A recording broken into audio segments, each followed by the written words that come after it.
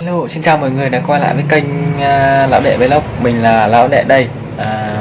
Hôm nay mình sẽ tiếp tục làm một clip, đó là làm súng school bằng bìa giấy nha các bạn nhé. Các bạn hãy theo dõi mình làm xem có đẹp và có ngầu không các bạn nhé. Mình đã vẽ xong cái thân súng các bạn nhé. Giờ mình sẽ cắt.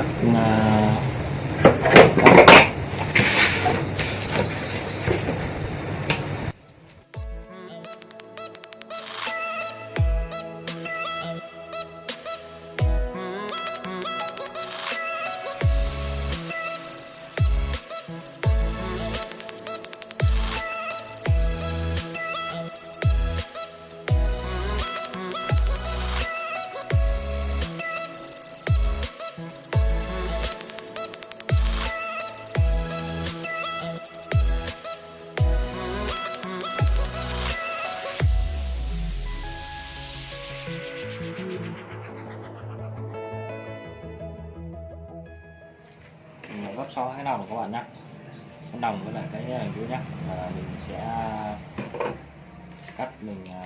cắt cái diềm ở dưới để mình ốp dưới đó các bạn nhé, ốp như đây.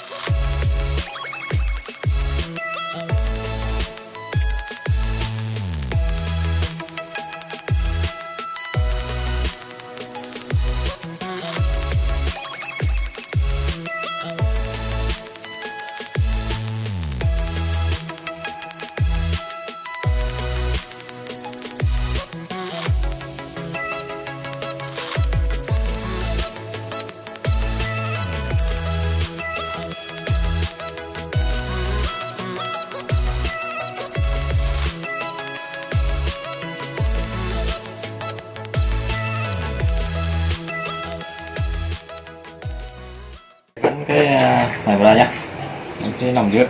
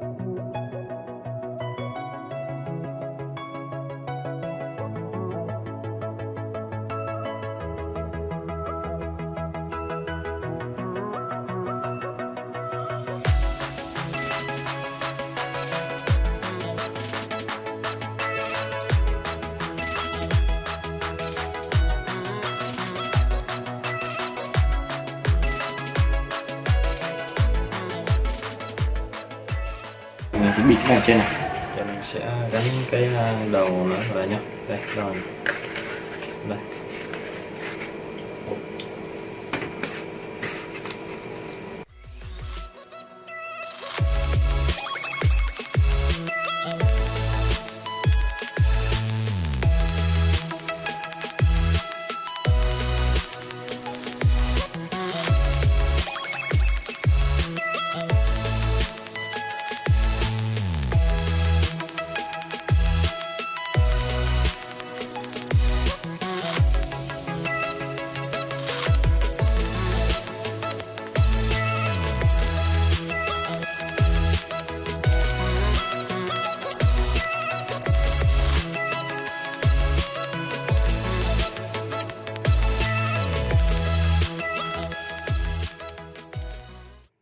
Các bạn nhé, là mình đã làm xong rồi, giờ dưới phần cò này thôi, phần cò thôi nhá.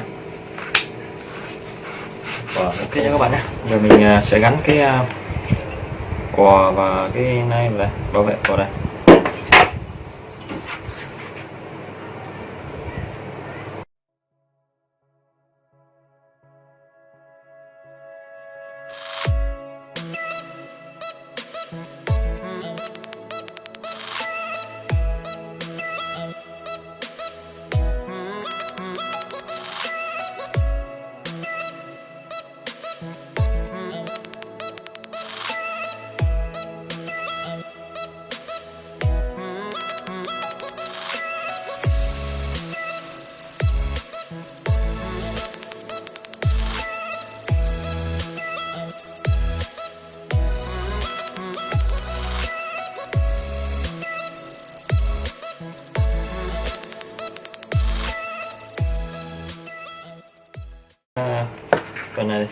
Cái này nó không có màu nét gì thì mình tô thêm nhé các bạn, tô thêm một tí thôi, tô thêm một tí thôi các bạn nhé.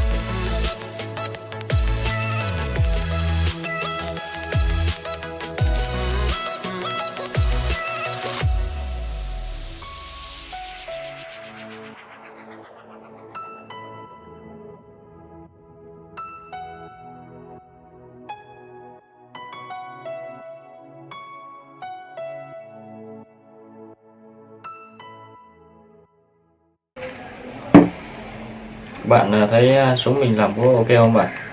Đó.